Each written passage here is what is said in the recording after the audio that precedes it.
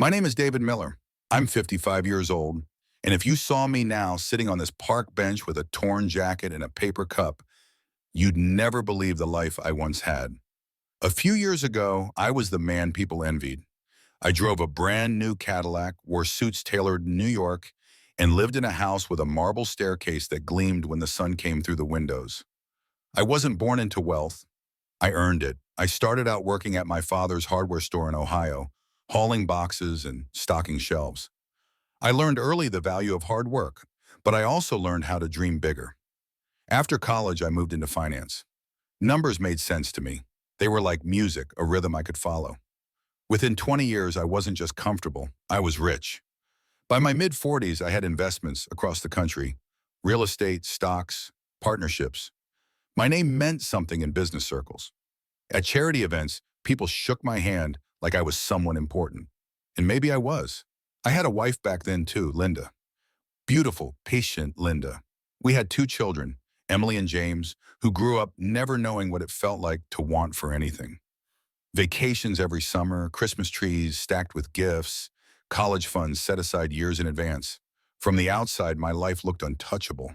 But what no one knew, what I barely admitted to myself, was that I carried a weakness, a hunger. Not for food, not for success, for risk, for the thrill of putting everything on the line. It started small. A weekend trip to Las Vegas with colleagues, a few hands of blackjack, a couple of spins at the roulette wheel. I told myself it was harmless, just fun, just a way to blow off steam. And at first, it was. I won more than I lost, and the winnings felt like free money. That's how it hooks you, the illusion that luck is skill, that fortune favors you. The truth is, I didn't need the money. I was already wealthy, but gambling wasn't about money. It was about the rush, the pounding heart as the dealer flipped the last card, the surge of adrenaline when the ball clattered into the right slot, the roar of strangers cheering as if fate itself had chosen you. That rush became my escape. When business stressed me out, when Linda's patience wore thin, when I felt the weight of expectation, I chased that rush. Private poker games with friends, trips to Atlantic City, high-stakes tables where I wasn't David Miller, the businessman, but David Miller, the risk-taker, the man who defied odds.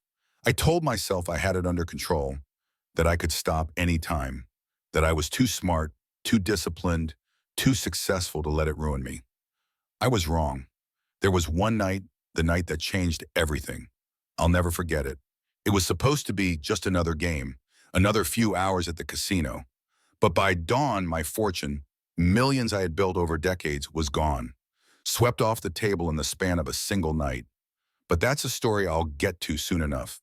For now, all you need to know is this. I wasn't always the man you see on this bench, clutching at memories. I was a husband, a father, a businessman, a man people respected. And I lost it all because I couldn't walk away from the table. My name is David Miller. And this is how a single night of gambling turned me into the man the world now ignores. I can still picture the house as if I'm standing in its grand entryway now. A marble staircase rose up like something out of a movie, gleaming under the chandelier's warm light. Each step was polished so carefully that you could see your reflection when you leaned over. Linda used to joke that she didn't need a mirror. She could check her makeup on the staircase. That house was the crown jewel of my success. I bought it when I was 45, a symbol not just of wealth, but of arrival. 10,000 square feet of proof that I had made it.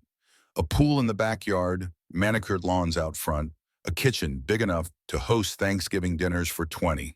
Every corner whispered luxury, the kind I used to dream about as a boy stacking boxes in my father's shop.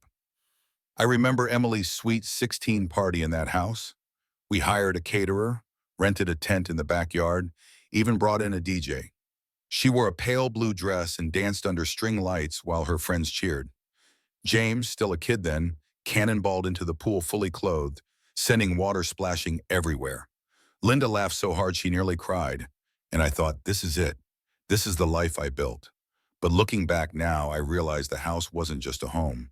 It was a stage, a place where I could perform success for others. Dinner parties with business associates, wine tastings with neighbors, charity galas where I signed checks big enough to make people clap. I loved the admiration, the nods of approval, the way people's voices softened when they said, "David, you've really done well for yourself." I should have known that kind of pride was dangerous. Behind the marble and chandeliers, cracks had already started to show. Not in the walls, those were flawless, but in me. I was restless. The house was perfect, but I rarely enjoyed it. My nights were spent in hotel rooms, at conferences, in boardrooms. When I was home, I paced the halls like a stranger, thinking about the next deal, the next investment, the next gamble. Linda noticed. One evening as we sat in the living room, she looked at me over her glass of wine and said, "David, when was the last time you just sat still and enjoyed this house?" I shrugged, brushing her off. "This house is proof that I'm doing something right." She sighed. "It's not proof, it's walls and floors. Proof is being here with us." I should have listened. Instead, I poured myself another drink and checked the stock reports on my phone. That house was also where I hosted the infamous poker nights. Just friendly games, I told Linda, though the buy-ins were more than some people made in a month. The marble dining table became a battlefield of chips and cards. Whiskey glasses clinked, laughter filled the air, and for a few hours I felt more alive than I ever did in board meetings. Linda hated those nights. She'd retreat upstairs, the sound of our shouts echoing through the halls long after midnight. One night she confronted me as I stumbled into bed. "You're playing with fire," she whispered. I laughed. "Relax, I can handle it." But the truth was, the fire already had me. The house of marble gave me everything. Status, pride, a sense of invincibility. But it also hid the weakness I refused to face. It let me pretend I was untouchable, even as the cards, the dice, and the wheel pulled me deeper into their grip. I used to believe that house would always be mine, that its marble staircase would carry me up for the rest of my life. But marble, no matter how strong, can shatter. And when it did, the crash echoed louder than any applause I had ever known. I often wonder what would have happened if I had walked past that first casino, if I had kept my money in my pocket, if I had gone home to Linda and the kids instead of following my colleagues into a place buzzing with neon and promises. Maybe I'd still have my fortune. Maybe I'd still have my family. Maybe I'd still be me. But I didn't walk past. I walked in. It was during a business trip to Las Vegas. I was 40 years old, already successful, already respected. A few of the guys from the conference said they were going to unwind. I wasn't much of a drinker then, and I didn't care for nightclubs. But the casino? That intrigued me. The moment I stepped inside, I was hooked, not by the games, but by the atmosphere. The air hummed with energy, lights flashed, bells rang, and people laughed like they'd just discovered a secret the rest of the world had missed. We started at the blackjack table. I didn't know the rules well, but the dealer was patient, and my colleagues guided me. "Hit," they whispered. "Stay." My heart pounded with every card that slapped onto the felt. I lost the first few hands, nothing serious, just pocket money. But then, by some miracle, I hit 21. The dealer pushed chips toward me, and my colleagues clapped me on the back. It was such a small win, maybe $100. But to me, it felt like the world had just shifted. That rush of adrenaline, that spark in my chest, it was unlike anything I had ever felt in a boardroom. Success in business was slow, built over months and years. Success at the table was instant, electric, intoxicating. After blackjack, one of the guys suggested roulette. I placed a chip on red, more out of curiosity than strategy. The wheel spun, the ball clattered, and when it landed on red, the table erupted. Chips doubled, laughter filled the air, and I felt 10 feet tall. That night, I walked out of the casino with an extra $500 in my pocket. It was nothing compared to what I earned in a day at the office, but the money wasn't the point. It was the feeling, the rush, the sense that I had beaten the odds, that fortune itself had chosen me. I told Linda about it when I got home. She frowned. "Gambling? Really, David?" "It was just for fun," I said, waving it off. "A little entertainment, no harm done." She didn't argue, but the look in her eyes lingered, half worry, half disappointment. At first, I kept it occasional. A trip to Atlantic City with colleagues, a poker night with friends, a detour to the casino during business travel. Each time I told myself it was harmless, and most nights it was. I won some, lost some, walked away even. But every time I won, the fire burned hotter. The truth is, gambling didn't feel like losing or winning money. It felt like bending the universe to my will. Numbers had always been my strength, stocks, investments, deals. But cards and dice, those were numbers wrapped in mystery. And when they landed in my favor, it was as if the universe itself had nodded at me and said, yes, David, you're special. That illusion was powerful, addictive. One night, a client invited me to a private poker game. The buy-in was steep, but I told myself it was networking, a way to strengthen business ties. The room was smoky, laughter loud, glasses full. I remember holding a full house, my hands trembling as I laid the cards down. Chips slid my way, and the men around the table clapped me on the back. You've got the touch, Miller, one said. Those words stuck. You've got the touch. I started to believe it. From then on, gambling wasn't just entertainment. It was identity. I was the man who took risks and won. The man who could walk into a casino and leave richer than he entered. The man who bent luck to his will. Of course, the truth was different, but the truth was easy to ignore when the cards fell right and the chips piled high. I didn't know it then, but that first night in Vegas wasn't just harmless fun. It was the beginning of the end. After that first night in Las Vegas, something inside me woke up that never went back to sleep. I kept telling myself I wasn't addicted, that I could stop anytime. But the truth, I was hooked. Not on the money, but on the rush. It's hard to explain to someone who hasn't felt it. Risk has a rhythm, a pulse that makes your heart race faster than any treadmill ever could.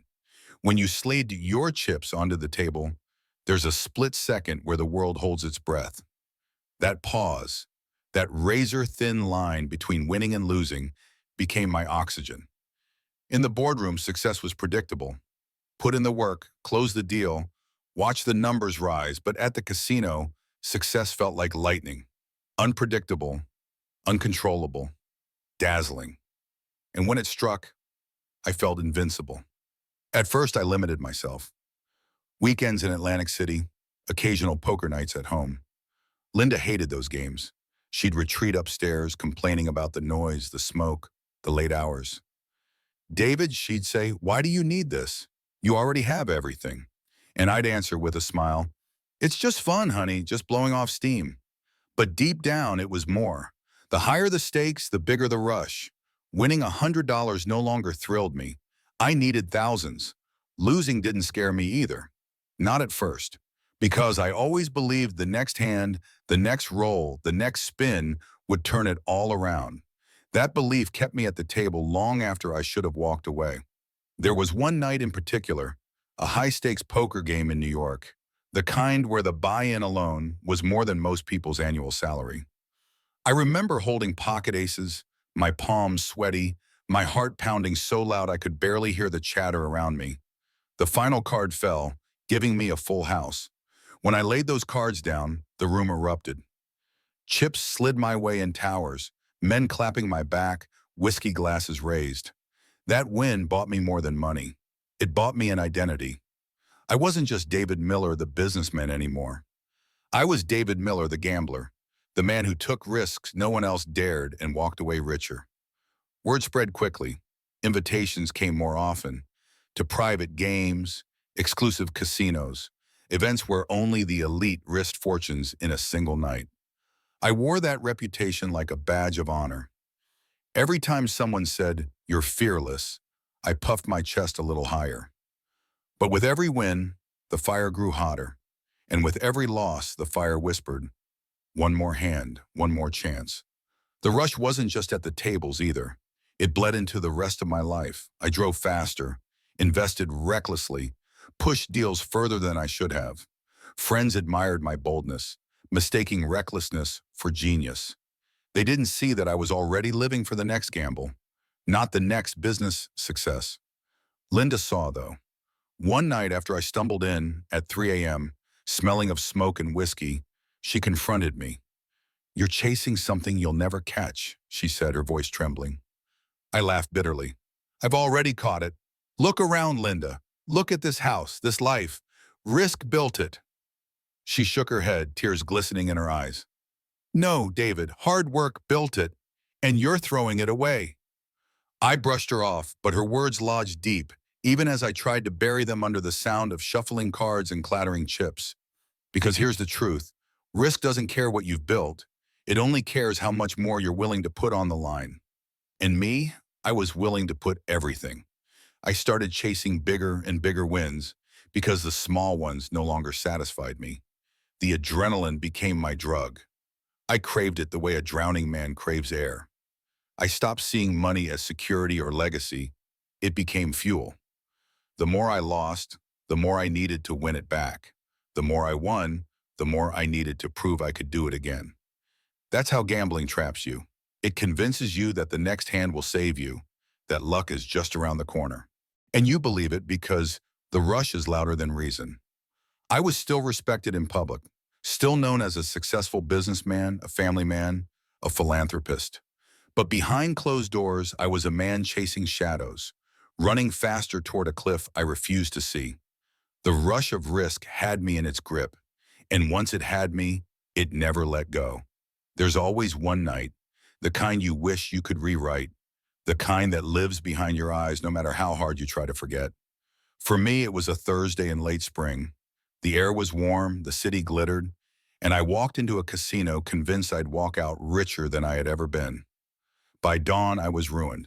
It started innocently enough. I had just closed a big deal in the city, one that should have set me up for years. My colleagues suggested a celebration, and where better than the high-limit floor of the grandest casino in town? I told myself it was just a little victory lap, a harmless way to blow off steam. The room itself felt like a trap disguised as paradise. Thick carpets muffled footsteps, chandeliers dripped gold light, and dealers smiled like old friends waiting for me to sit down. The air smelled of perfume and expensive whiskey. Everything whispered, "You belong here." And I believed it. I started at blackjack, as I always did. The cards were kind at first. 21 after 21. Chips stacked in front of me. Neat little towers of triumph. My colleagues cheered, clinking glasses, toasting to my luck. I laughed, certain that fortune was smiling on me. But then the tide turned. One hand lost, then another, then another. The towers shrank. My smile tightened. "It's just variance," I muttered. "The cards will swing back." I doubled down, certain the next hand would save me. It didn't. I moved to roulette. Red, black, red again. The wheels spun like a mocking clock, ticking down to my undoing. Every loss stung. Every win barely covered the hole I was digging. Still, I couldn't walk away. My colleagues had left by then, but I stayed, hypnotized by the spinning ball. Then came poker. High stakes. The kind of table where men wore suits sharper than knives and women's laughter cut like crystal. I bought in with more money than I care to admit. "You've got the touch, Miller," one man said, recognizing me from past games. His words fueled me, they pulled me deeper. At first, luck teased me. A straight flush here, a full house there. Chips returned in piles, the adrenaline roaring in my veins. I told myself I was back, that this was the night I'd prove everyone wrong. But poker is cruel. It gives just enough to keep you seated, then takes everything when you least expect it. I remember the hand clearly. Pocket kings. I raised big, confident, certain victory was mine. The flop gave me another king, three of a kind. My heart raced. The man across from me kept calm, his face unreadable. We went all in. Mountains of chips clattered into the pot, a fortune sitting in the middle of that green felt table. He flipped his cards. A straight flush. The room spun. My ears rang. My chips, my fortune, slid across the table into his hands. I should have stood up. I should have walked away, cut my losses, saved what little remained. But greed, pride, and desperation chained me to that chair. I bought in again and again, each time losing faster, each time sinking deeper. By dawn, it was gone. All of it. Decades of wealth, of careful investments, of nights spent in boardrooms and offices. Millions swept away in a single night of gambling. I stumbled out of the casino as the sun rose, my tie hanging loose, my jacket stained with whiskey. The city was waking up, commuters rushing to work, joggers pounding the sidewalks. No one knew that a man who had once held everything had just lost it all. I sat on the curb, head in my hands, and whispered the words that would haunt me forever. What have I done? When I finally made it home, Linda was waiting. She took one look at me and knew. How much? She asked, her voice flat. All of it, I whispered. Her face crumpled, then hardened. She didn't scream, didn't cry, not then. She just walked upstairs, packed a bag, and left the house of marble behind. That night changed everything. It wasn't just money I lost. It was trust, love, respect in the man I used to be. And once it was gone, there was no getting it back. The morning after that night was the heaviest of my life. I had staggered home with nothing left but the clothes on my back and the sour taste of whiskey in my mouth. The sun came in through the tall windows of the marble house, shining on furniture that no longer felt like mine. Everything in that house seemed to mock me. The chandelier, the framed photos, the grand staircase, all of it symbols of a life I had just gambled away. Linda stood in the kitchen, her suitcase by her side. She didn't shout. She didn't even look angry. She looked tired, defeated. That was worse than anger. David, she said quietly, you've destroyed everything. I tried to explain, to spin excuses. I can win it back. I just need another chance. One more night and... Her eyes narrowed, filled with tears. That's exactly the problem. There's always one more night, one more chance, one more lie. I can't do this anymore. She left that morning, no dramatic goodbye, no slamming doors, just the sound of her heels on the marble floor and the quiet click of the front door closing. I never saw her walk back through it again. Emily and James found out soon after. Emily, already in college, called me furious. How could you do this to Mom? To us, she demanded. James, younger, didn't say much at all, just silence that cut deeper than words. My children, once proud to call me their father, now saw me as a cautionary tale. Then came the calls, the banks, the creditors, the so-called friends who wanted their money back. I had leveraged more than I realized, investments, loans, deals propped up by collateral I no longer had. Within weeks, everything collapsed. Accounts frozen, properties seized, lawsuits filed. The house of marble was the first to go. I remember standing in the empty foyer as movers carried out furniture. The staircase still gleamed, but the air was heavy with dust and loss. I touched the banister one last time, as if it could anchor me. But it didn't. By the end of the week, the house belonged to someone else. I moved into a small apartment, one bedroom. Nothing like the mansion I had called home. The neighbors didn't know me, didn't care who I used to be. I was just another man with tired eyes and unpaid bills. At first, I tried to rebuild. I told myself I could claw my way back. I called old business partners, pitched new ideas, begged for meetings. But doors that once opened easily now slammed shut. My name had become toxic. No one wanted to work with the man who had blown millions in a single night. The media didn't help. Word spread quickly. Headlines screamed, "Businessman loses fortune in casino disaster." Tabloids printed grainy photos of me leaving the casino at dawn, looking broken, ashamed. I avoided stores for weeks, embarrassed to see my name mocked on magazine covers.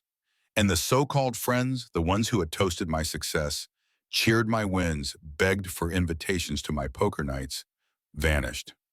Not one called to check on me. Not one offered help.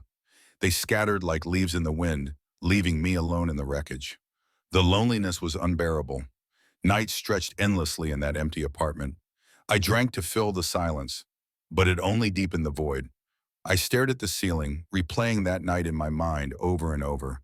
The cards, the chips, the moment I pushed everything into the pot. I heard the words in my head, all in. That phrase became my curse. Bills piled up faster than I could pay them. The apartment was repossessed after a few months. I sold what little I had left, furniture, clothes, even the last of my good watches. Piece by piece, my life was stripped away. The day I stepped onto the street with just a duffel bag was the day I realized how far I had fallen.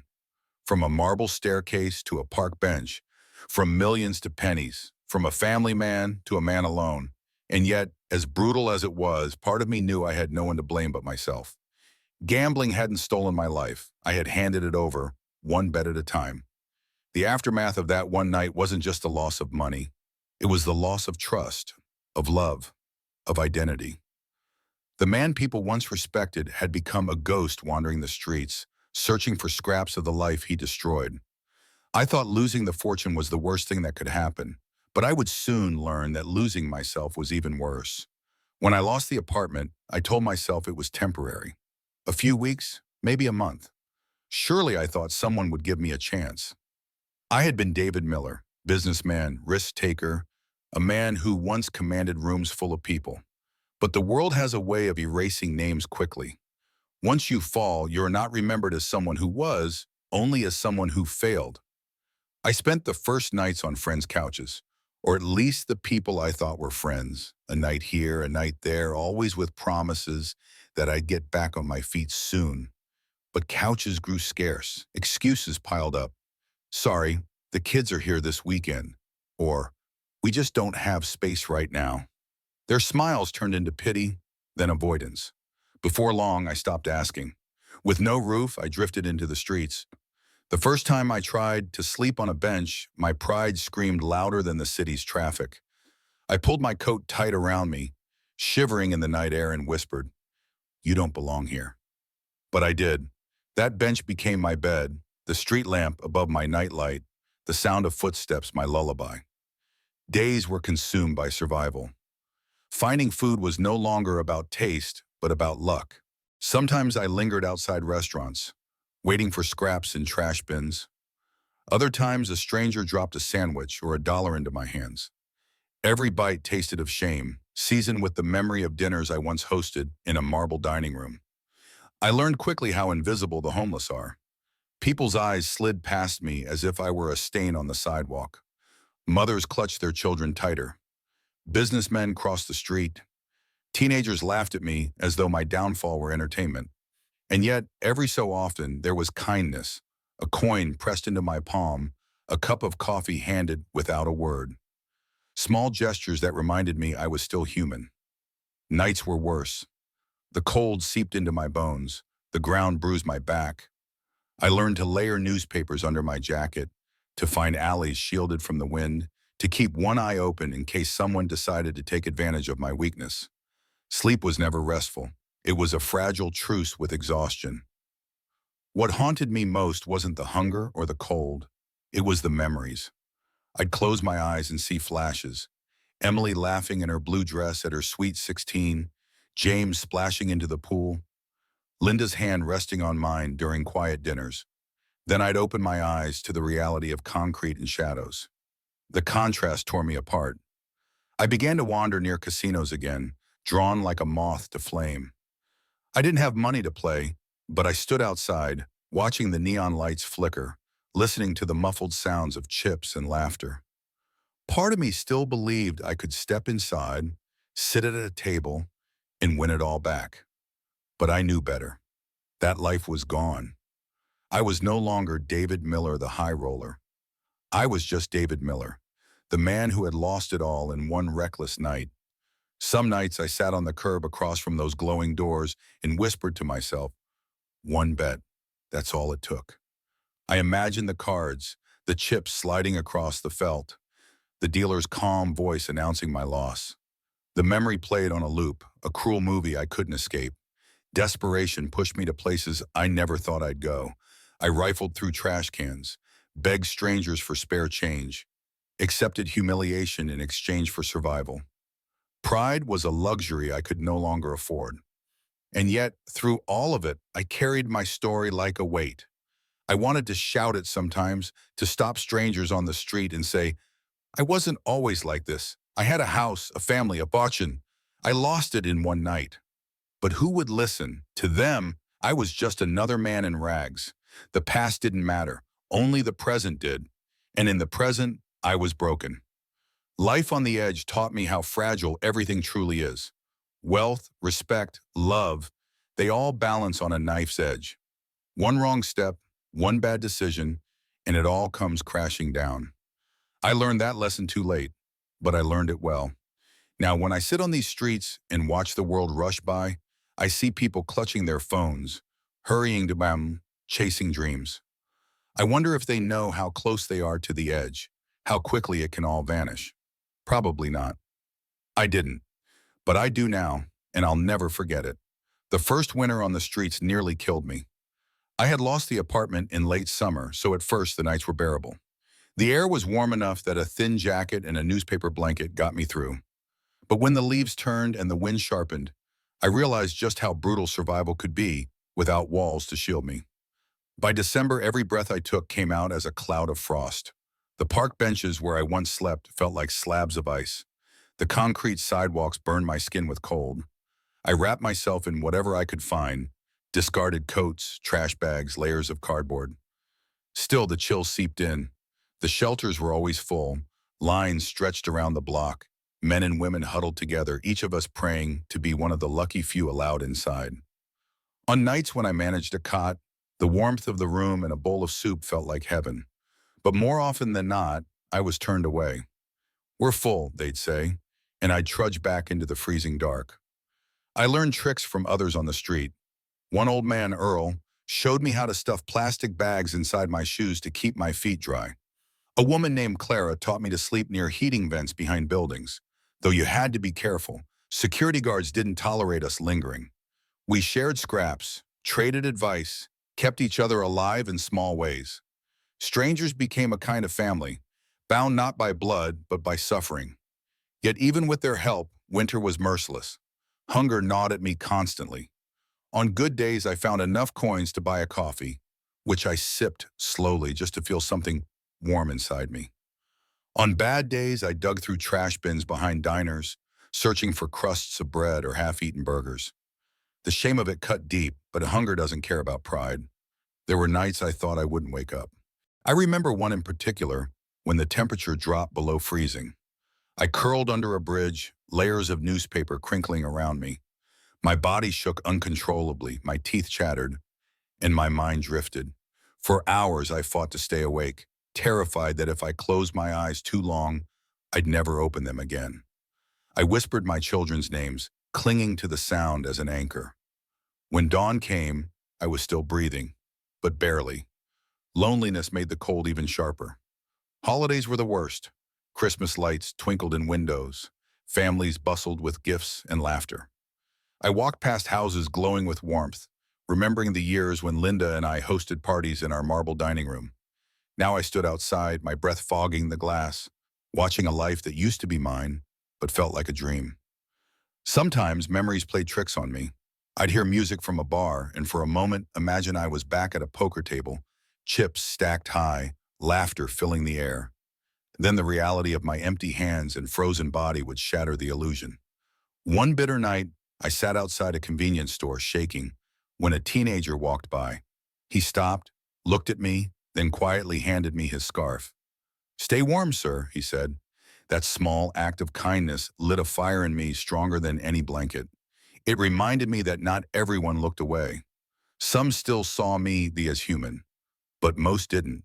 Most walked past with eyes fixed ahead, pretending I didn't exist. That invisibility, combined with the cold, nearly broke me. I survived that winter, but I emerged changed. My body thinner, my beard longer, my spirit worn. Yet I also carried a strange kind of strength. I had endured nights that should have ended me. I had learned how fragile life truly was, and how much strength it takes just to keep breathing when the world seems determined to forget you. The longest winter stripped away what little pride I had left, but it also stripped away illusions. I finally saw myself clearly, not as the man who once sat at poker tables with fortunes in front of him, but as a man who had fallen, who had nothing, yet still woke up every morning to fight for one more day. And somehow, in that clarity, a small ember of hope flickered. If I could survive the coldest nights of my life, maybe, just maybe, I could survive the rest. When the winter finally loosened its grip and the first buds of spring pushed through the soil, I thought life on the streets might feel easier. The air was softer, the nights less punishing. But even as my body thawed, my mind stayed frozen in memories. The past followed me everywhere, echoing in every corner of the city. I couldn't walk past certain places without being ambushed by ghosts. A tall glass office building downtown reminded me of the years I spent in conference rooms, hammering out deals, shaking hands with powerful men. I'd see men in suits stepping out of sleek cars, and for a split second I'd imagine I was one of them again, until I caught my reflection in a store window, ragged, unshaven, hollow-eyed. The echoes grew louder whenever I wandered near the casino district. I tried to avoid it, but sometimes hunger or weather pushed me in that direction. Neon lights blinked like sirens, luring me back. I'd stand across the street, watching men and women step inside in tailored clothes. Laughter spilling out the doors. My chest tightened. That used to be me, I thought. The rush of risk whispered to me like an old lover, "Come, Bickett, one more hand, one more chance."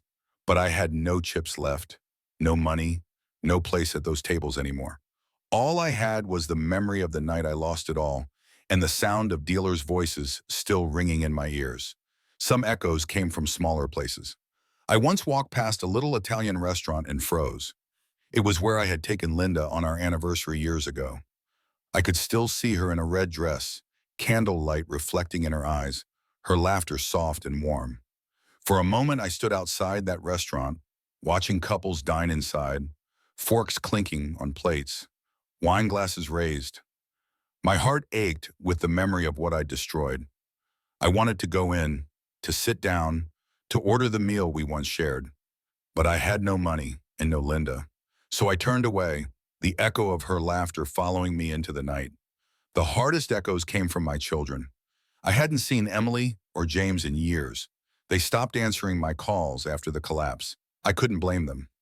I had been reckless, selfish. I had traded their security for my pride. But sometimes, in the park, I'd see young people who looked like them.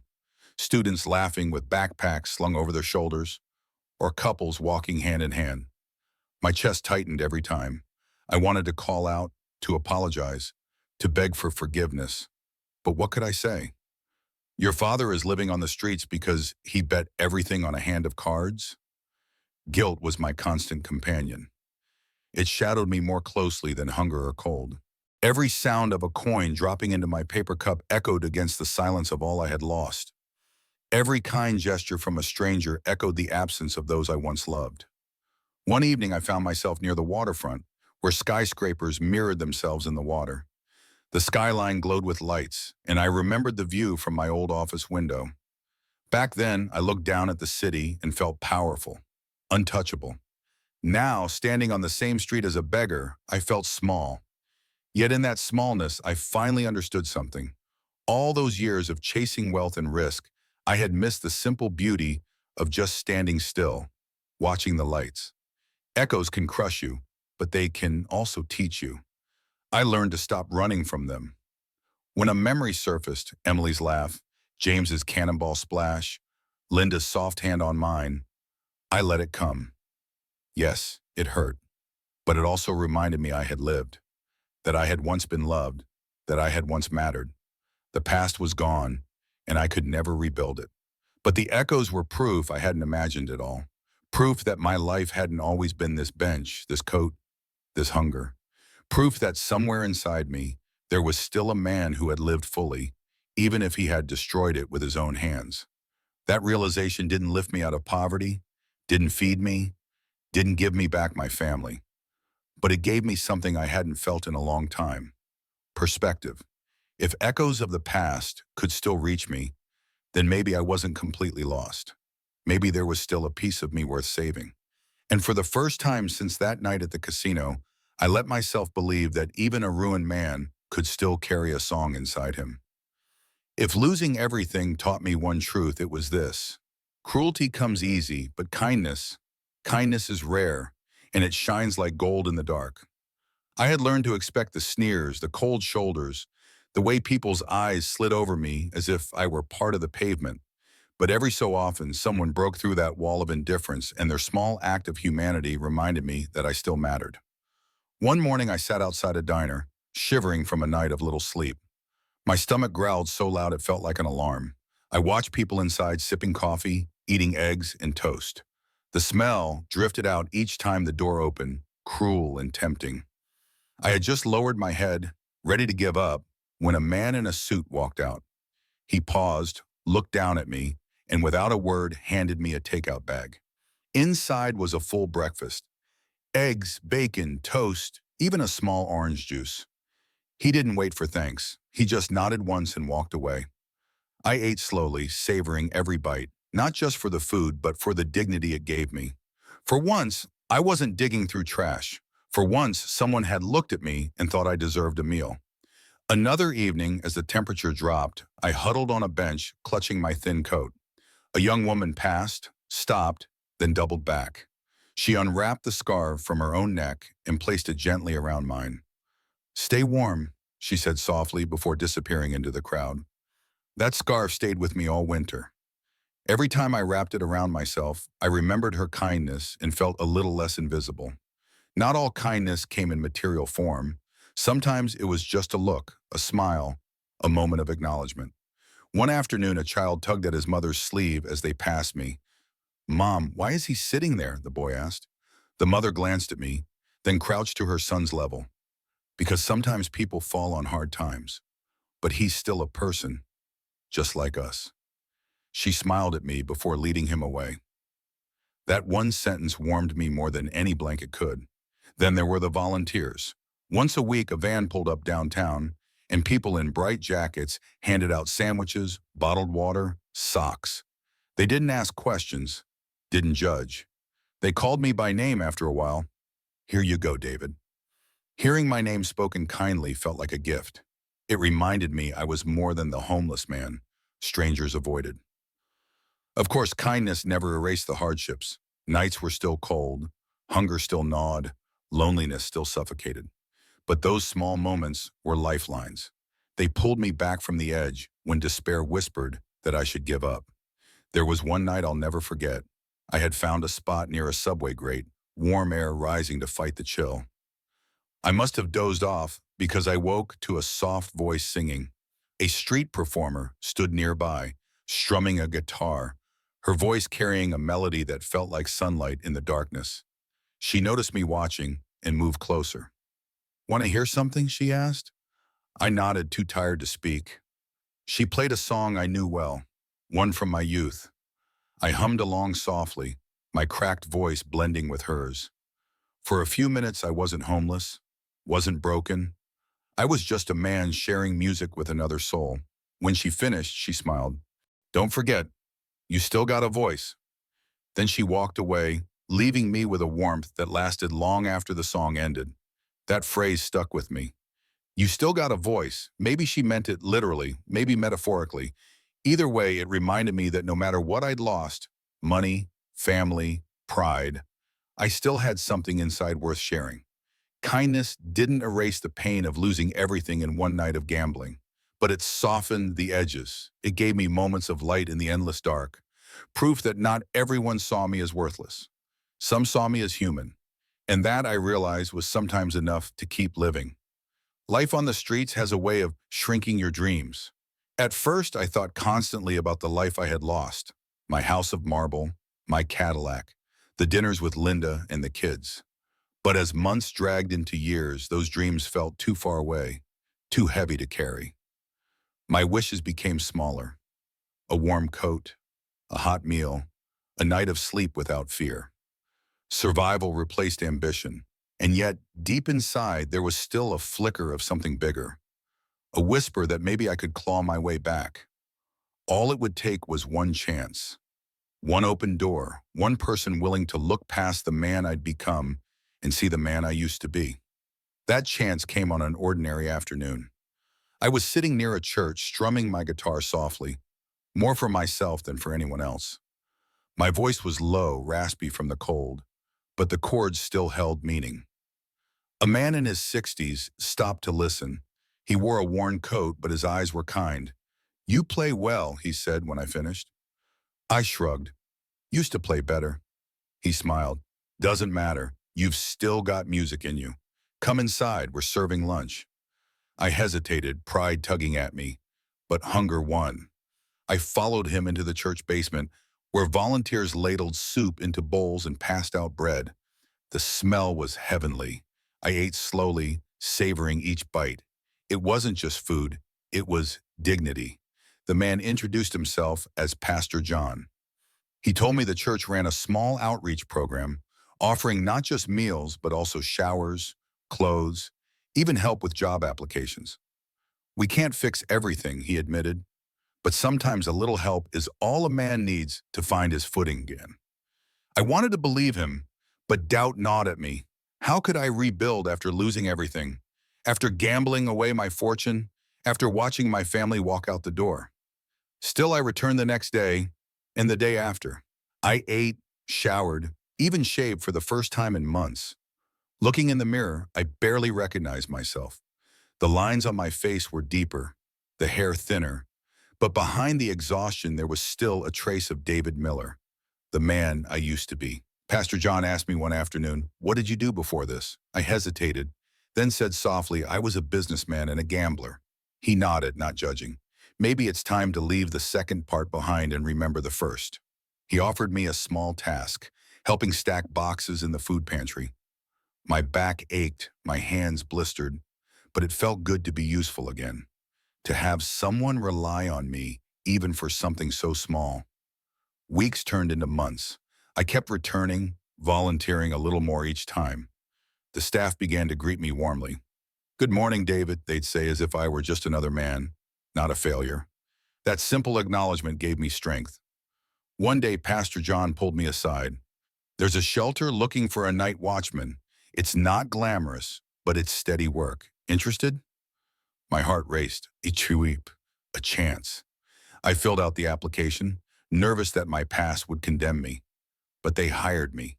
Just like that, I went from the streets to a paycheck, not much, but enough to buy meals without begging, enough to rent a small room instead of sleeping on concrete. It wasn't the marble house, it wasn't the Cadillac, it wasn't even close, but it was a beginning. The first night I worked, sitting by the door of the shelter, listening to the soft snores of men who had stories as broken as mine, I realized something. One chance doesn't fix everything. It doesn't erase mistakes or bring back the past, but it can stop the free fall. It can give you ground to stand on. I had been given that ground, and for the first time in years, I let myself believe I might not just survive, I might actually live again. When I look back now, I see my life in two halves. The man I was before that night at the casino and the man I became after. One half is marble staircases, laughter echoing through wide hallways, dinners with family, the roar of victory when luck favored me. The other half is cold benches, hunger twisting my stomach, the silence of people passing me by as if I no longer existed. It took me years to accept that both halves are me. Working at the shelter gave me something I hadn't felt in a long time. Purpose. It wasn't glamorous. It wasn't powerful, but it mattered. Each night, men came in with faces hollowed by the same hunger and despair I had known. I unlocked the door, offered them warmth, a cot, and sometimes if they wanted to talk, my story. At first, I was ashamed to share it. Who wants to admit they destroyed their life in one night of gambling? But the more I spoke, the more I saw recognition in their eyes. Not everyone had lost millions, but plenty had lost jobs, families, dignity. My story wasn't just mine, it was ours. I told them about the marble house, about Linda and the kids, about the pride that blinded me. I told them about the cards, the chips, the moment I pushed everything into the pot. And I told them about the silence that followed when it was all gone. Sometimes they laughed bitterly, sometimes they cried, but most of the time they just nodded. They understood. Slowly I realized something. My story could be a warning, a reminder of how fragile life is, how quickly pride and greed can strip it away. If my fall could keep even one person from making the same mistake, maybe it wasn't all in vain. Of course, the damage can't be undone. Linda never came back. Emily and James still keep their distance. I don't blame them. I betrayed their trust. And forgiveness is a gift I may never receive. Some nights, I dream of us sitting together again, laughing like we used to. I wake with tears on my face, knowing it's only a dream. But I've stopped punishing myself with what-ifs. I can't rewrite the past. I can only live with what remains. And what remains is this: I'm still here. I've slept in alleys, shivered through winters, begged for scraps, and watched my name become a punchline. But I survived. And in that survival, I found a kind of strength I never had when I was rich. Back then, I thought strength was money, status, power. Now I know strength is getting up each morning when the world has forgotten you, finding meaning in small things: a smile, a meal, a kind word. Some evenings after my shift at the shelter, I still play my guitar. The notes aren't as smooth as they once were, my voice not as strong, but the music is honest. A few of the men sit nearby and listen. They don't clap or cheer, but their quiet nods mean more to me than applause ever did. I've learned that life isn't measured by fortunes won or lost. It's measured by what you carry when everything else is stripped away. I lost my fortune in one night of gambling. That is the truth, the headline of my downfall. But it's not the whole story, because even after losing everything, something remained. So I'm